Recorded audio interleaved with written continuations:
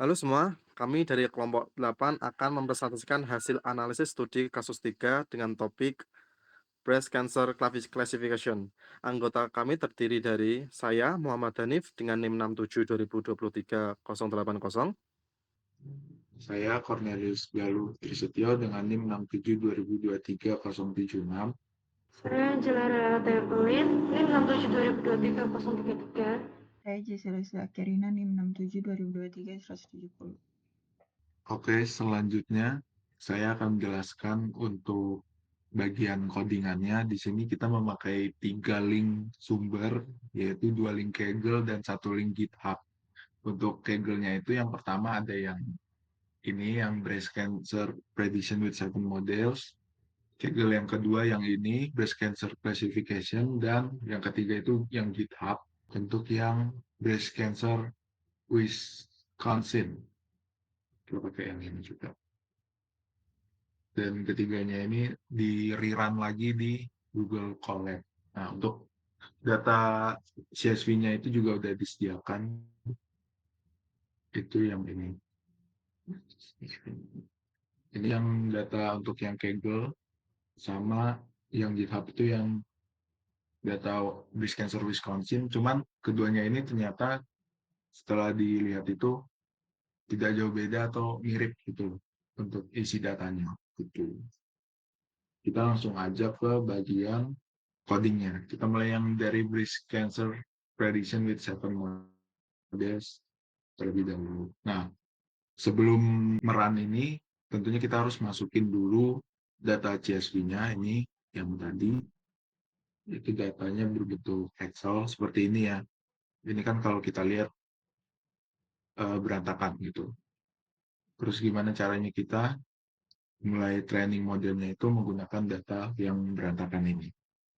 Jadi kita mulai dari import dulu untuk library-nya.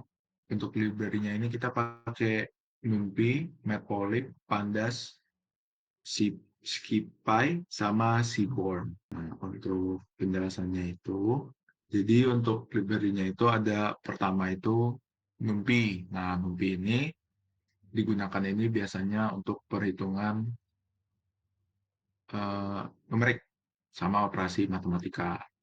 Terus ada Matplotlib. Matplotlib ini untuk kita bisa bikin grafik sama mencoba untuk visualization data itu pakai Matplotlib PyPlot.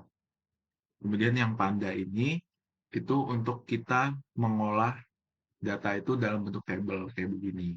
Itu kita pakai Panda. Lalu pakai SciPy. SciPy itu untuk perhitungan yang sifatnya kayak statistika. Jadi lebih matematis, jadi lebih next level gitu tarafnya dibanding sama yang NumPy. Kemudian ada yang Seaborn. Seaborn ini itu seperti untuk mempercantik tampilan dari Matplotlib ini. Kemudian ada yang di bawah ini, yang inline itu sebenarnya cuman supaya kita bisa langsung ngeran aja, nggak perlu pop up apa namanya seperti jendela baru, itu nggak perlu. Tapi kan untuk collab kan memang bentuknya seperti ini ya, jadi bisa langsung. Lanjut, ini untuk masukin datasetnya kita pakai file namanya juga harus sama, data 1 CSV. Terus kita minta buat ditampilin datanya pakai yang ini. Nanti keluarnya tabelnya seperti ini. Tabel yang benar-benar dari data CSV-nya. Ini ada 569 baris dan 31 kolom. Kemudian ada yang selanjutnya itu di F shape.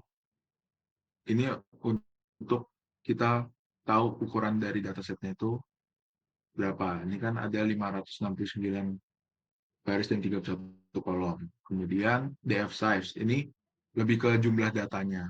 Totalannya itu untuk setiap elemen itu berapa gitu di data frame-nya. Itu total ini tuh berapa sel sih ini semua totalannya. Jadi kayak cuma dikali 569 dikali 31. Jadi hasilnya 17.639. Lanjut ke DF Info ini lebih ke arah untuk menjelaskan tipenya, tipe datanya. Ini kayak yang dipakai ini kan ada diagnosis itu objek, terus ini semua sisanya float. Float itu karena tadi kan datasetnya itu semuanya bentuknya angka terus koma, jadi dia pakai float gitu. Cuman kayak fungsinya aja. Kemudian yang kolom ini untuk mengidentifikasi kolom yang dipakai di dataset itu ada apa aja gitu loh. Kan tadi ada kolom diagnosis, radius, tekstur, parameter, dan sebagainya. Lalu selanjutnya itu ada yang DF describe. Yang describe ini itu untuk nampilin statistik deskriptif untuk setiap kolom. Jadi kayak count, min, STD, minimal, itu semua bisa untuk ditampilin di DF describe ini. Lalu selanjutnya yang DF is null sum. Ini tuh fungsinya untuk ngecek data ini ada yang hilang nggak sih. Tuh. Tapi di sini nilainya semua nol. Berarti data yang udah kita masukin itu bersih dan nggak ada yang hilang. Lalu selanjutnya yang ini duplicated itu untuk ngecek apakah di datasetnya itu tadi ada data yang identik atau duplikat gitu. Tapi ternyata di sini nilainya 0. Jadi tidak ada data yang terduplikat. Selanjutnya ada yang SNS scatterplot radius mean sama diagnosis. Jadi untuk yang bagian visualization scatterplot ini, bagian ini SNS scatterplot X radius mean Y diagnosis dan teman-temannya ke bawah itu bentuknya kan semuanya seperti ini ya. Bentuknya visualization diagram. Itu kalau kita mau mentelaah lagi, ini masuk dalam tahap data exploration analysis gitu loh. Jadi gimana cara kita menguraikan data tadi yang banyaknya apa banyak sekali itu kita bagi-bagi dulu.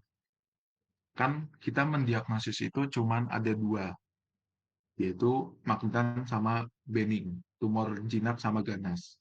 Nah, jadi di sini di sumbu Y-nya itu cuma ada M sama B, ya.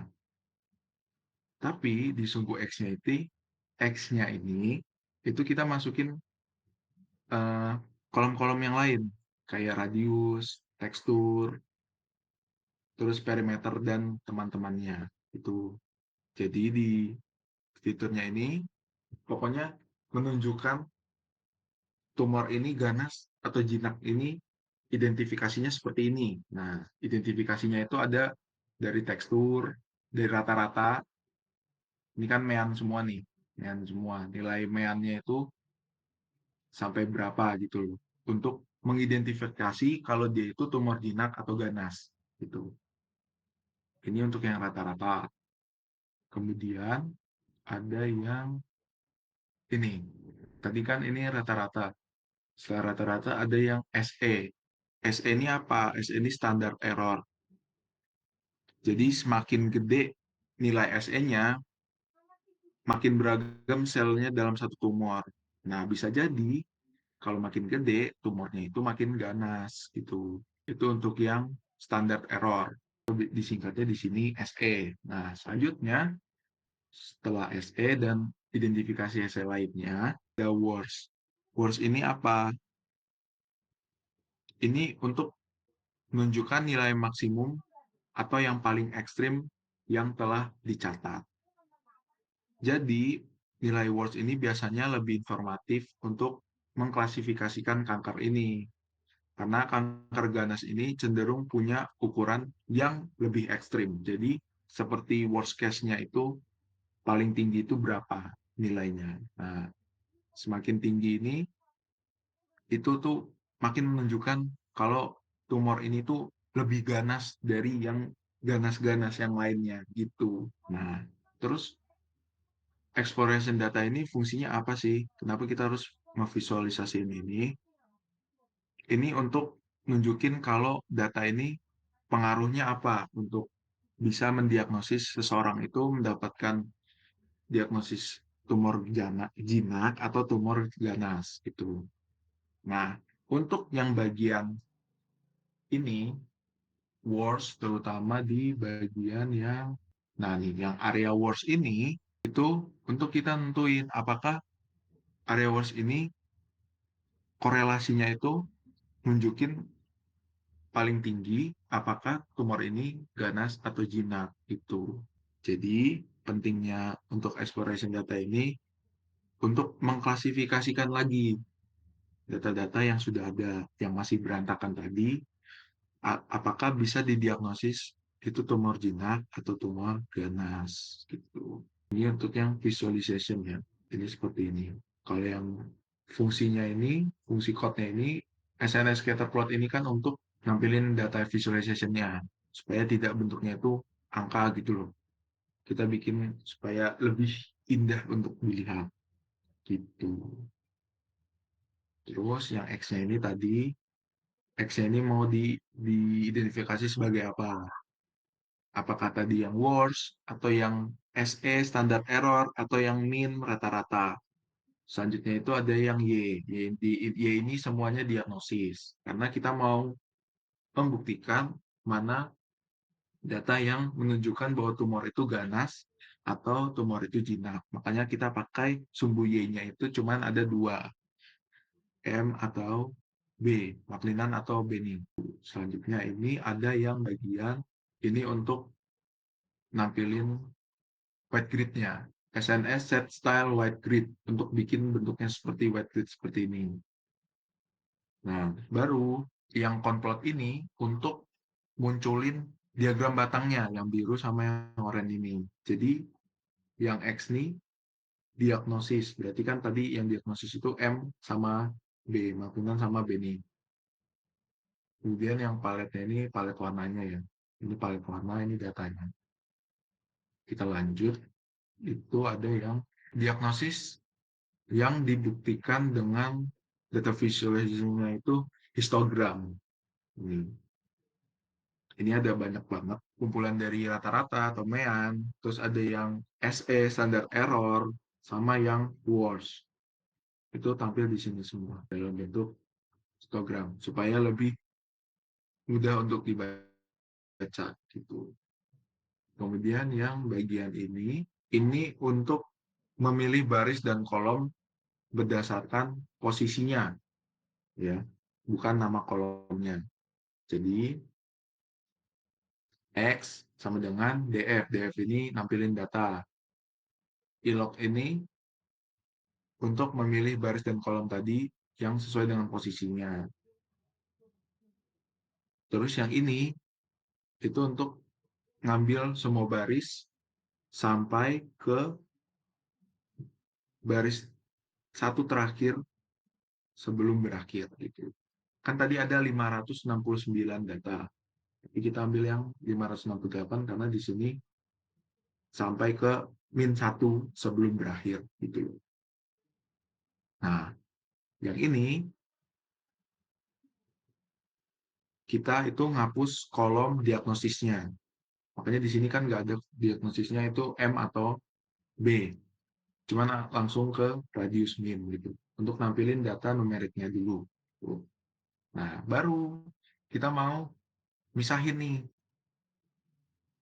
Nah, kalau yang ini yang diagnosis. Jadi fungsinya yang dua ini itu cuma untuk memisahkan datanya aja.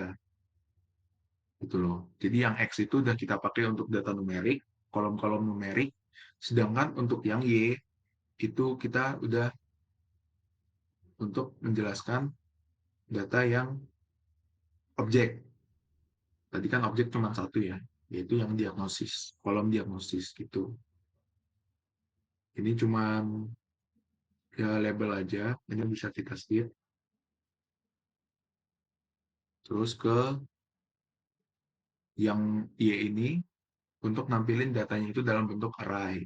Tuh.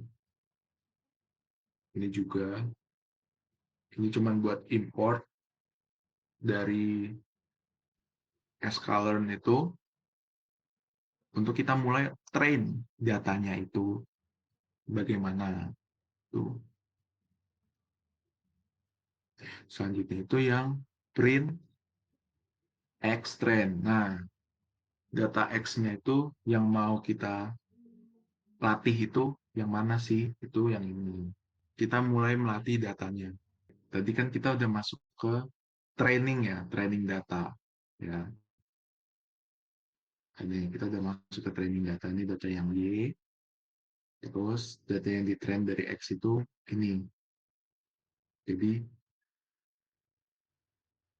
X train ini kita nampilin data yang nggak memuat fitur-fitur diagnosis gitu. Jadi di sini kan kalau kita lihat itu cuma ada min, terus cuma ada worst, sama ada langsung diagnosisnya itu dalam bentuk array gitu loh. Jadi cuma yang IX aja. Ini untuk melatih model machine learning-nya gitu. Dan ini juga untuk nanti kalau kita jalanin modelnya, itu supaya modelnya itu belajar hubungan dari fitur-fitur ini, dari kolom-kolom ini, yang tadi dan baris ini, itu mana yang bisa dimasukkan ke dalam magnan atau tumor yang ganas, sama yang bending untuk tumor yang jinak. Itu. Lanjut ke yang Y, yang train ini. Ini juga sama buat melatih nanti modelnya kita. Cuman kita ganti supaya mudah untuk dibaca oleh model itu dalam bentuk array. Karena kan tadi diagnosisnya itu dalam bentuk objek. Kita nulis langsung M sama B. Nah, kita ini udah ganti jadi bentuknya array gitu. Nah, lalu fungsinya ini untuk nanti model kita itu bisa tahu pola dari X trend itu apa sama yang Y trend itu apa. Jadi istilahnya dia tuh belajar, oh kalau radius main tinggi sama concavity-nya tinggi, berarti kemungkinan besar ini masuk ke ganas gitu. Atau tadi worst-nya itu misalnya nilai ini tinggi, smoothness-nya tinggi, compactness-nya tinggi, bisa jadi ini ke rendah gitu. Seperti itu. Supaya memudahkan modelnya untuk membaca data yang telah kita analisis sebelumnya. Tuh. Nah, untuk yang ini, print X test sama yang Y test ini juga sama. Ini nanti untuk eh, apa namanya, nguji datanya nanti pakai modelnya itu. Dan ini untuk melihat seberapa akurat prediksi model terhadap data yang dia belum pernah lihat. Itu kita nanti pakai X test sama Y test itu.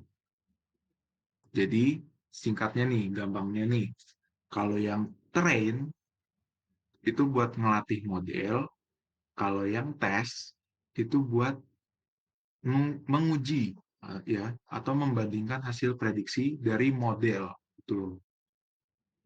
Jadi lebih ke arah yang tes ini outputnya nanti. Oke, barulah kita ini juga untuk import aja. Jadi kita import dari scalar lagi, yaitu standar scalar.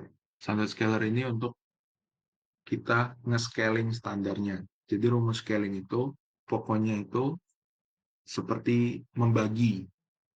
Kita membagi datanya. Jadi data X dikurangin sama rata-rata, dibagi sama STD tadi. Tuh, kita lanjut aja langsung ke modelnya. Di sini kan kita tadi cuma pakai 5 model. Itu ada logistic regression, terus ini KNM, SVM, support vector machine, ini dipakai. Terus ada decision tree, sama yang terakhir random forest. Jadi ada 5 model yang kita bakal pakai. Nah, yang pertama itu kita bakal pakai di logistic regression. Pertama sama, kita import dulu modelnya dari sklearn.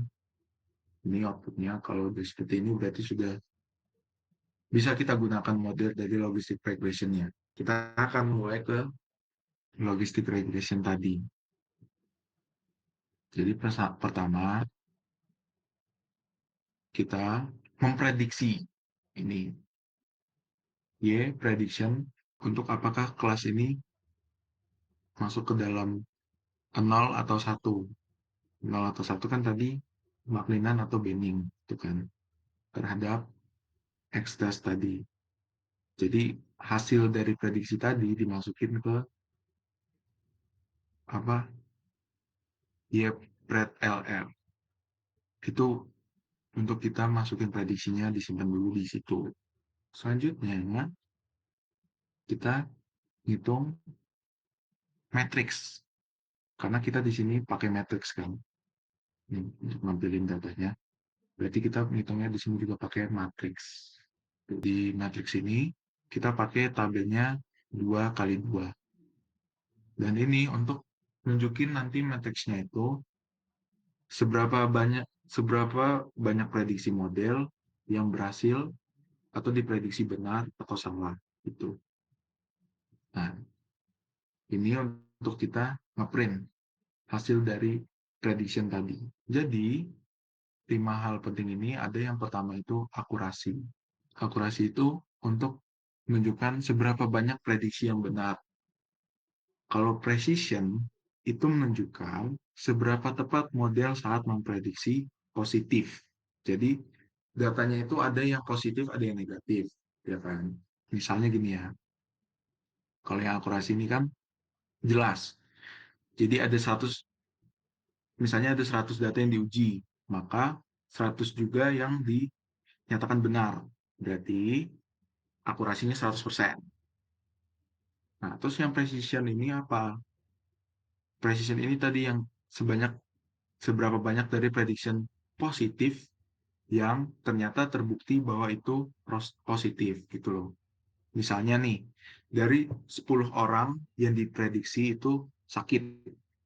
Nah, ternyata yang benar-benar sakit, yang ternyata prediksinya itu benar atau positif itu sakit, itu cuma ada 9 orang. Berarti presisinya itu 0,9 gitu.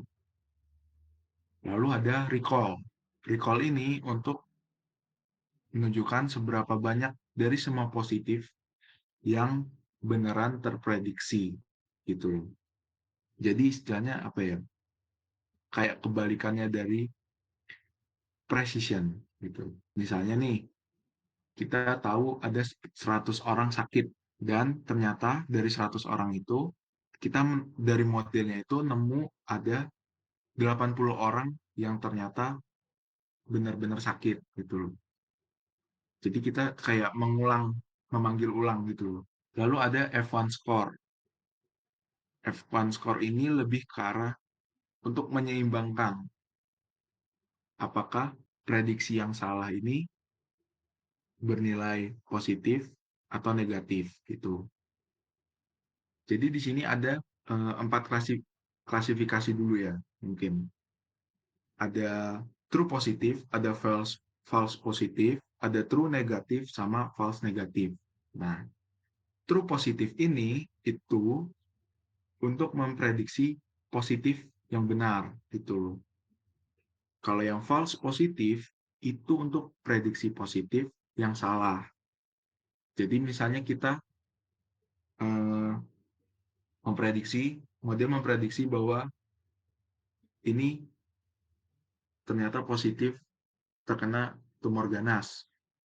Tapi kenyataannya dari datanya itu ternyata benar kalau dia dapat tumor ganas. Berarti dia itu bisa dimasukin ke true positif. Nah, kalau yang false positif itu kita mungkin memprediksinya itu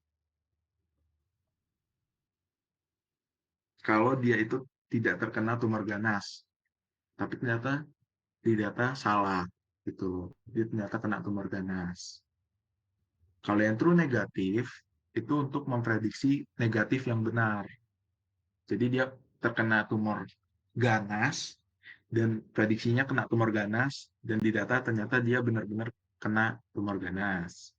Lalu yang false negatif itu untuk memprediksi negatif yang salah. Jadi prediksi negatif itu tadi dia kena tumor ganas, ternyata tapi prediksi modelnya salah. Ternyata dia nggak kena tumor ganas gitu. Nah, F1 score ini untuk menyeimbangkan antara false positif sama false negatif. Tadi kan false positif itu untuk memprediksi positifnya ini, prediksi positif ini salah. Kalau yang false negatif itu untuk prediksi negatif yang salah. Selanjutnya ada ROC score. ROC ini Receiver Operating Characteristic. Jadi semakin dia dekat sama satu, itu berarti model itu bisa dikatakan sangat bagus untuk membedakan kelas-kelasnya. Jadi sangat apa ya? Sangat pas untuk dipakai untuk data seperti itu gitu. Data breast cancer prediction ini. Nah, ini untuk hasilnya. Ini berarti kalau kita baca, cara bacanya itu yang matriks ini, jadi untuk output dari logistic regressionnya itu yang ini. Ya, ini bacanya itu berarti mulai dari yang matriks dulu ya. Yang matriks ini ada 90 data Benning yang diprediksi benar. Jadi kalau misalnya nolnya ini ternyata berubah jadi 1 atau 2 atau 3, berarti ada data yang salah diprediksi. Tuh. Jadi dari 90 apa data Benning ini ternyata benar bahwa itu menunjukkan kalau seseorang itu mendapatkan tumor jinak. Kalau yang ini bawahnya juga sama. Jadi dari ada 53 data apa makunan ini ternyata tidak ada yang diprediksi salah. Jadi semuanya benar. Jadi bisa dibilang ini perfect classifier. Lalu ini ada akurasi. Tadi akurasinya 1 yang sebelumnya tadi jadi jelasin. Terus ada precisionnya 1 ya. Recall-nya 1, F1 score-nya 1, sama erosi score-nya 1. Jadi kan akurasi itu berarti prediksi yang benar dari semua data yang telah diuji. Nah, ini untuk menampilkan grafiknya. Kita lanjut ke KNN, K nearest neighbor. Caranya sama, kita import dulu modelnya dari SKLM juga, lalu kita mulai menggunakan code yang juga hampir mirip ya. Kalau kita lihat ini, kalau yang ini kita langsung aja ke hasilnya. Di sini ada 90 data Benning yang berarti diprediksi benar karena di sini 0 ya, ada 0. Lalu di sini bawahnya itu, nah ini kan beda nih. Tadi kan kita lihat di sini itu 90 0 053 yang berarti data ini semua hampir diprediksi benar dengan model logistic regression. Nah, tapi yang KNN ini kenapa bisa beda? Berarti model ini ternyata mendapati kesalahan. Dia salah memprediksi dan banyaknya kesalahan memprediksi itu ada 2 ya. Ini kan kalau kita jumlahkan juga 53 kan hasil totalnya kan. Nah, tapi dari 53 prediksi itu cuma ada 51 yang diprediksi benar dan 2 diprediksi salah gitu. Dari yang data Benning. Ini yang maklinan ya. Ini yang maklinan. Yang tumor jinak. Yang 90 ini yang ganas. Nah, ini makanya akurasinya kurang. Tidak 1 seperti logistic regression sebelumnya. Karena semakin dia mendekati 1 kan dia semakin sempurna. Tapi ternyata ini tidak. Karena ada kesalahan 2 data yang salah. Tuh. Jadi 0,986 dan bla bla bla bla bla. Nah, ini yang grafiknya. Kalau kita buat dalam bentuk grafik. Ini nggak kelihatan ya. Karena kita pakai skalanya yang besar ini. 0,0, 0,2, 0,4, 0,8. Jadi kalau cuma beda 0,98 nggak bakal kelihatan. Kita lanjut ke SVM atau Support Vector Machine. Di sini pertama kita import dulu pasti modelnya sama dari SQLine Support Vector Machine-nya.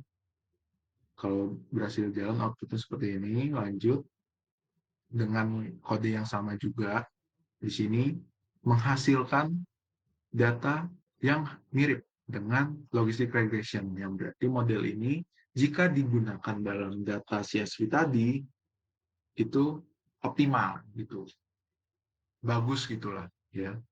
Berarti data ini cocok digunakan dengan model SVM sama logistic regression. Ini nggak usah. Kita lanjut ke yang decision tree. Yang decision tree ini juga sama. Pertama import dulu modelnya, kemudian baru kita mulai train modelnya. Di sini juga mendapatkan hasil yang sama, yaitu sempurna. Karena di sini hampir semuanya satu. Lalu ada yang random forest. Ini juga sama, kita tentunya import dulu yang random forest ini, terus kita mulai masukin datanya. Gitu. Nah, bedanya random forest ini, karena kan random forest itu kan bentuknya itu mengklasifikasikan kan. Kita mengklasifikasikan seperti sebuah pohon, jadi klasifikasi ke bawah. Nah, makanya kita harus nampilin report dari laporan atau hasil data dari klasifikasinya dulu. Baru kita mulai mengetes akurasi, precision, recall-nya. Nah, di sini juga sama. Untuk rata-ratanya, semua hampir bernilai 1 dari total 143 data ini. Ya. Dan sudah selesai. Untuk yang link breast cancer prediction with 7 models. Ya, dari model-model 5 model yang telah kita coba tadi, kita bisa melakukan evaluasi ya. Kalau kita mau bikin penjelasan ya, untuk model yang logistic regression ini, itu cepat dan mudah untuk dibaca. Jadi dia sederhana aja gitu yang logistic regression. Kalau yang KNN, itu dia ya hasilnya baik, terus dia juga punya akurasi yang lumayan tinggi, ya kan? Terus ada yang SVM, itu juga sama. Kalau kita lihat kan tadi dari modelnya itu, yang menunjukkan sempurna itu ada logistik, terus ada SVM, lalu ada decision tree, sama random forest ya. Semuanya menunjukkan hasil yang sangat bagus untuk mentrain model data seperti ini. Nah, dari kelima model tadi, memang kalau kita pilih dari yang itu 3 terbaik itu ada SVM, decision tree, sama random forest. Tapi kalau kita simpulin lagi, sebenarnya random forest ini cenderung lebih stabil dan lebih general karena mekanisme ensemble-nya. Tapi kalau mau pakai yang SVM sama decision tree itu juga boleh karena memang optimal untuk digunakan di data CSV ini. Yang perlu digarisbawahi itu adalah datanya, data CSV ini. Jadi kalau misalnya kita punya data lain ya yang kita input, terus kita pakai 5 model tadi yang sama, itu juga tentu belum pasti kalau random forest ini bakal menjadi yang terbaik. Enggak. Ya. Jadi semua tergantung dari datanya. Kalau tergantung dari kita ngetrain model tersebut, outputnya itu bagus apa enggak, akurasi apa enggak, gitu. Tapi untuk data ini, paling recommended itu menggunakan random forest. Begitu. Ini untuk yang Kaggle 7 models. Baik, selanjutnya ini saya akan menjelaskan kode referensi dari Kaggle yang breast cancer classification.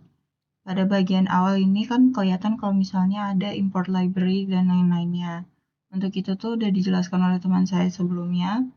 Kemudian pada baris yang kedua itu tuh menunjukkan 5 data pertama dari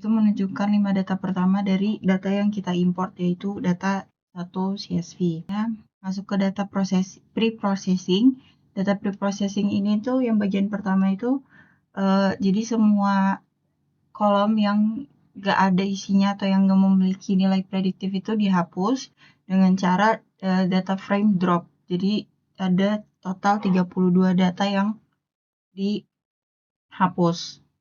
Selanjutnya ada DF diagnosis unique. Ini tuh sesuai namanya, jadi kita ngebagi diagnosanya tuh jadi dua, ada kode M sama kode B. Malignan itu untuk ganas dan B itu untuk jinak.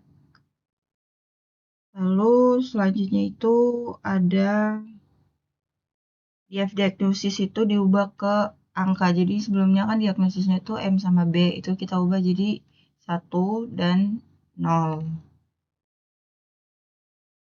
Lalu DF head ini sama kayak di awal, cuma nampilin 5 data pertama aja dari data yang kita import. Lalu yang DF describe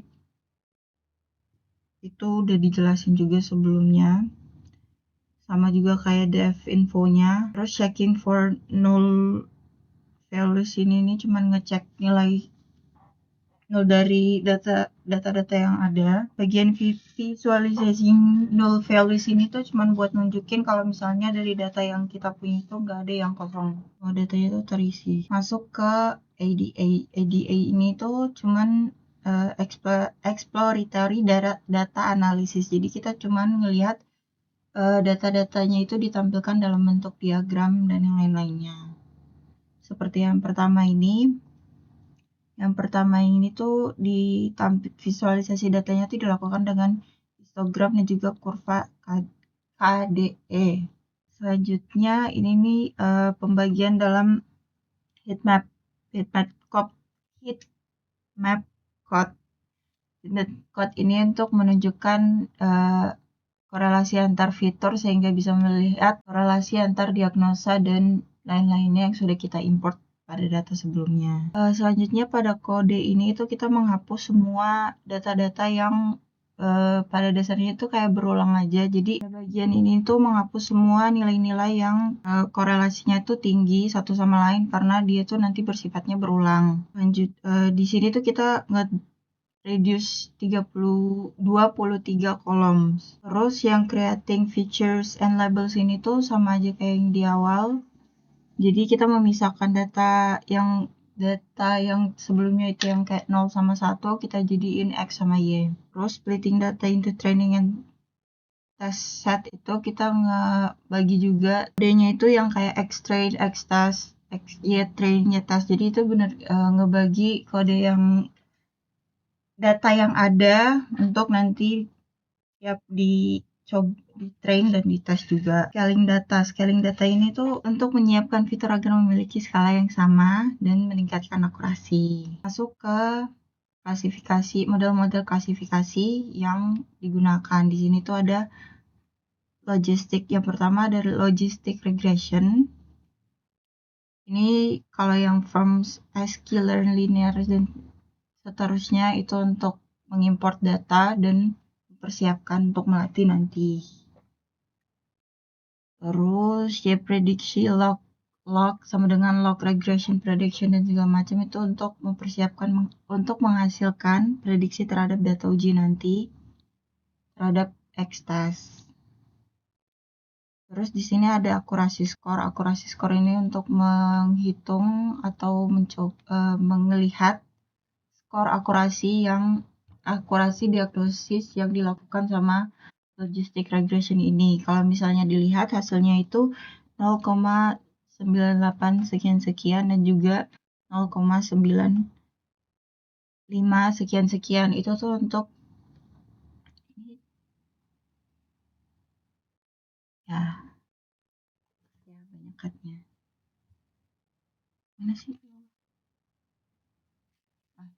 Selanjutnya confusion matrix itu untuk mengecek diagnosis yang benar dan yang salah seperti yang udah dijelaskan sebelumnya. Untuk logistic regression ini nih ada 106 kasus yang diprediksi benar, yang didiagnosis benar dan ada 2 yang misdiagnosis untuk tumor malignan. Terus yang di bawahnya itu 5 kasus salah diagnosis yang dikira malignan tapi ternyata itu bening. Kemudian 58 kasus yang terbukti diagnosisnya itu bening. Kemudian ini klasifikasi reportnya saja. Kalau bisa dibaca di sini akurasinya juga cukup tinggi, tapi masih ada misdiagnosis yang dilakukan sama metode ini. Selanjutnya ada key neighbors selanjutnya ada KNN. Sama kayak yang sebelum-sebelumnya, itu kita ngimport dulu model dari klasifikasinya. Kemudian kita juga mempersiapkan model untuk prediksinya. Terus di akurasi score. Untuk di akurasi score itu bisa dilihat kalau akurasi yang dilakukan sama KNN ini tinggi juga dengan nilainya itu 0,96 dan 0,93. Terus pada bagian confusion matrix lebih rendah dibandingkan sebelumnya untuk yang diagnosis tumor malignannya. Cuman yang untuk beningnya itu tinggi karena dia itu ada 8 kasus yang salah didiagnosis. Untuk klasifikasinya juga sama kayak sebelumnya.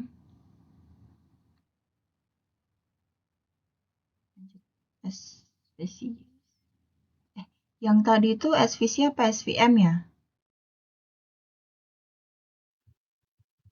Sama aja. Sama aja kan? SVC, SVM sama.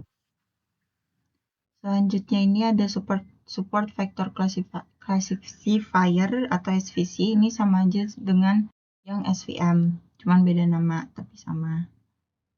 Sama juga di awalnya itu kita nge-import modelnya dulu, nge-import model dari klasifikasinya. Terus kita itu ada base parameter di sini yang C sama dengan 10 dan gamma sama dengan 0,01. Kemudian kita ngecek akurasi terbaiknya juga untuk SVC ini yaitu akurasi untuk training dan data testingnya itu tinggi dengan nilai 98 dan 97%. Selanjutnya untuk bagian akurasi skor, seperti yang di awal tadi dibilang kalau akurasi dari SVC ini lumayan tinggi dengan nilai 98% dan 97%. Kemudian untuk confusion matrix-nya atau diagnosis yang dihasilkan sama SVC ini tuh ada 107 kasus yang didiagnosis benar malignan dan 1 kasus yang misdiagnosa sebagai bening. Kemudian bagian bawahnya itu 60 kasus yang didiagnosis benar sebagai bening dan 3 kasus yang didiagnosis salah sebagai malignan. Ini menunjukkan bahwa nilainya itu lebih rendah daripada yang sebelumnya. Untuk classification reportnya juga sama. Selanjutnya itu ada metode klasifikasi decision tree Selanjutnya itu ada metode klasifikasi decision tree. Seperti metode-metode yang sebelumnya, kita harus melakukan import model terlebih dahulu agar kodenya bisa dijalankan. Kemudian ada base parameternya. Ini nih kita nyari max depth-nya itu 17. Jadi nanti decision tree ini bakal melakukan klasifikasi pencarian datanya itu maksimal itu 17. Kemudian sampel yang nanti diambil itu paling tidak kursornya digeserin dong. Nah, kelihatan soalnya. Terus minimal sampel dari decision tree ini nanti ada 7 dan 2 sampel yang diambil dan juga dibagi. Selanjutnya untuk yang ia prediksi sama dengan DTC predik itu untuk mempersiapkan data untuk diprediksi. Masuk ke akurasi score. Ini hasil dari decision tree untuk data train maupun data testnya itu lebih rendah dibandingkan model yang lain dengan nilai 97% dan juga 93% ya jadinya dibulatkan. Kemudian untuk diagnosanya itu ada 104 data diagnosa yang benar dan juga 55 data diagnosa. Jadi ada 104 diagnosa malignan yang benar, terus 55 data bening yang benar juga didiagnosa, tapi di sini ada 4 false diagnosa untuk malignan dan 8 false diagnosa untuk bening. Untuk classification-nya juga sama seperti sebelumnya, bisa dilihat untuk precision, recall, F1 score, dan support-nya. Masuk untuk metode klasifikasi terakhir ada random forest Seperti sebelumnya kita ngimport dulu model datanya.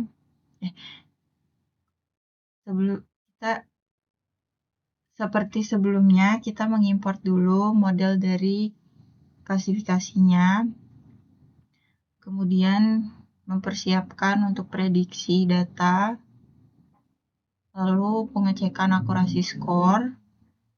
Di sini untuk akurasi skor dari random forest ini nih udah hampir sempurna, tetapi ada overfitting. Bisa dilihat juga hasilnya itu 99% dan 95%. Overfitting di sini tuh dimaksudnya itu kayak hasilnya memang sempurna, tapi itu tuh metode machine learning-nya itu jadinya bukan terlatih. Jadi dia tuh nggak, harusnya ini kan kita nge-train sama ngetes. Daripada dibandingkan terlatih untuk sama datanya, dia tuh malah mengingat. Jadinya overfitting itu. Terus untuk confusion matrix-nya itu paling rendah dibandingkan semua metode yang ada, semua metode yang kami pilih. Dengan 106 diagnosa malignan yang benar, 2 yang misdiagnosa, terus untuk yang bening itu 58 diagnosa yang benar dan 5 diagnosa yang salah. Untuk classification report-nya sama juga, bisa dilihat precision, recall, dan F1 score serta support. Selanjutnya untuk sumber referensi kita yang ketiga dari GitHub, yaitu Breast Cancer Wisconsin Diagnostic. Di sini tuh lebih ke visualisasi dari data-data diagnosa untuk breast cancer.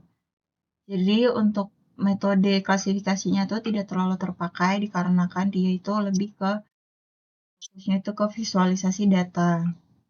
Bisa ditunjukkan visualisasi datanya.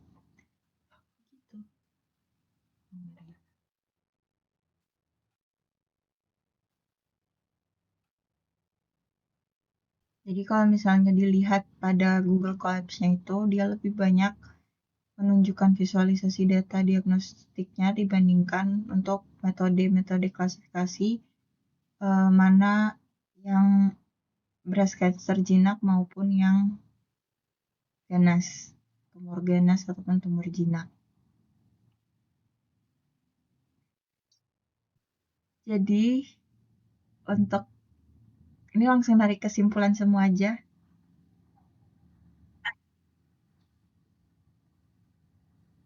Gimana? Iya.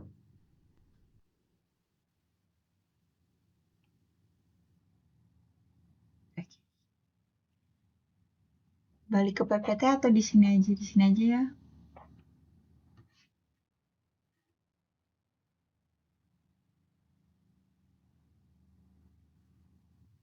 Mau ke PPT. Terserah.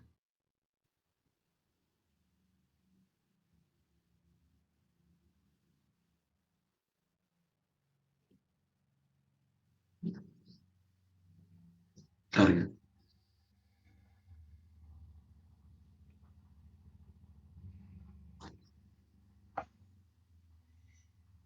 Oke, lanjut. Nah, berdasarkan, jadi setelah kita mencoba kode-kode dari referensi kita, dapat disimpulkan bahwa metode klasifikasi yang paling stabil dan mendekati sempurna itu adalah random forest classification. Ya dong. Thank you. Sekian merupakan presentasi kami mengenai Bentar, ngulang. Soalnya tadi aku ngomong juga. Sorry, ngulang.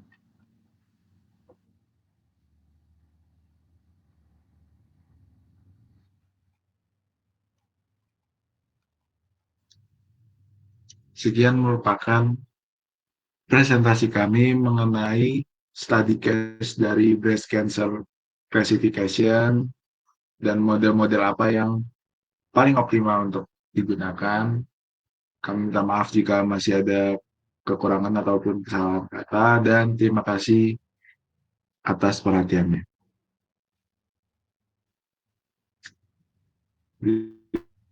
Yeay. Gila nih videonya berapa menit ini? Jadi ini sama kayak kelompok lain sih. Nggak kedengaran ya. On dulu. Sama Ini kan kayak di on kelompok dulu. lain ya, 20 menit lebih pasti ya. Padahal kan Ini total record berapa? kalau yang aku Baik, yang pertama adalah masalah tersebut merupakan supervised learning atau unsupervised learning. Jadi, masalah klasifikasi payudara ini termasuk dalam pendekatan supervised learning. Hal ini dikarenakan data yang digunakan untuk memiliki tabel, yaitu diagnosis dari setiap pasien, apakah bersifat ganas atau jinak. Dengan kata lain, model belajar dari data yang telah diberikan jawaban, sehingga proses training bersifat terarah. Label ini menjadi acuan model untuk memahami pola dan fitur-fitur yang tersedia dan digunakan untuk memprediksi diagnosis pasien baru. Kemudian datasetnya. Dataset yang kami gunakan bernama Breast Cancer Rejection atau Diagnosis Database Dataset. Dataset ini berasal dari University of Wisconsin Hospital and tersedia secara terbuka melalui dua sumber terpercaya, yaitu UCI Machine Learning Response Story dan Kaggle yang juga digunakan dalam beberapa referensi studi kasus kami. Dataset ini terdiri dari 32 kolom. Dari jumlah tersebut, satu kolom adalah ID pasien yang tidak digunakan dalam proses pelatihan model, dan satu kolom lainnya adalah diagnosis, yang berfungsi sebagai label target klasifikasi, yang sifatnya sebanyak 30 kolom lainnya merupakan dari fitur numerik hasil analisis citra sel kanker dari biopsi digital. Nah, fitur-fitur ini berasal dari 10 karakteristik utama spell seperti radius, perimeter, tekstur, area, dan smoothness. Masing-masing karakteristik dihitung dalam 3 bentuk: nilai rata-rata means, standar error SA, dan nilai maksimum worst, sehingga total menjadi 10 kali 3, yaitu 30 fitur. Dataset ini berisi 569 intens atau baris data. Masing-masing intens mewakili data hasil biopsi dari satu pasien. Setiap baris memuat 30 fitur numerik yang menggambarkan karakteristik sel kanker serta label diagnosis pasien tersebut. Distribusi label pada 569 intens adalah sebagai berikut, yaitu 212 pasien dengan diagnosis malignant atau ganas, kemudian 357 pasien dengan diagnosis benign atau jinak. Distribusi ini cukup seimbang dan sangat ideal untuk klasifikasi binary seperti prediksi kanker. Berapakah jumlah datanya? Jadi, jika dihitung total nilai datanya, maka akan terhitung 569 intens dikali 30 fitur menjadi 17.070 nilai numerik fitur. Kemudian ditambah lagi 569 label diagnosis dengan total 17.639 poin data. Dan ini belum termasuk kolom ID yang biasanya diabaikan karena tidak berpengaruh terhadap klasifikasi. Oke, baik, saya lanjutkan. Untuk 5 metode machine learning yang digunakan untuk menyelesaikan masalah, kita menggunakan satu logistic regression, yang yaitu model klarifikasi yang memetakan hubungan antara fitur dan probabilitas kelas, cocok untuk kasus biner seperti benign versus malignant. Model ini cepat, sederhana, dan memberikan output berupa peluang yang mudah dan interpretasi. Kemudian yang kedua ada KNN. Metode berbasis jarak yang menentukan kelas suatu data berdasarkan mayoritas label tetangganya, cocok untuk dataset kecil, namun kurang efisien jika jumlah data besar atau fitur terlalu banyak, sensitif terhadap skala dan noise. Kemudian yang ketiga kita ada SVM, yang yaitu model ini mencari garis hyperlink terbaik untuk memisahkan dua kelas dengan margin maksimum, efektif untuk data berdimensi tinggi dan tahan terhadap overfitting, tetapi memerlukan tuning parameter yang tepat. Kemudian ada decision tree, itu struktur pohon yang memetakan keputusan berdasarkan nilai fitur, mudah divisualisasikan dan interpretasikan. Namun, model tunggal ini rentan terhadap overfitting, terutama bila pohon terlalu dalam. Kemudian yang kelima ada random forest. Apa sih itu? Assemble dari banyak decision tree yang dilatih secara acak, lalu digabungkan dengan fitting mayoritas lebih akurat dan stabil daripada satu pohon, serta mengurangi overfitting. Kekurangannya adalah kurang transparan dibanding decision tree tunggal. Gitu. Lanjut. Metode apa aja sih yang paling optimal? Dari beberapa metode yang paling optimal dan menunjukkan akurasi paling tinggi itu yaitu random forest. Karena lebih tahan terhadap overfitting dibandingkan decision tree tadi, bisa menangani data kompleks dan interaksi antar fitur, serta cocok untuk data dengan banyak fitur yang numerik. Dari ini semua, kesimpulan dari setiap case study yang diberikan, studi kasus menunjukkan bahwa model machine learning mampu memprediksi kanker dengan akurasi tinggi, terutama random forest dan SVM, yang memberikan hasil terbaik. Visualisasi awal dan pre-processing data juga terbukti penting untuk meningkatkan performa model. Baik. Ini tools yang dipakai untuk mengimplementasikan kode tersebut. Kemudian lanjut.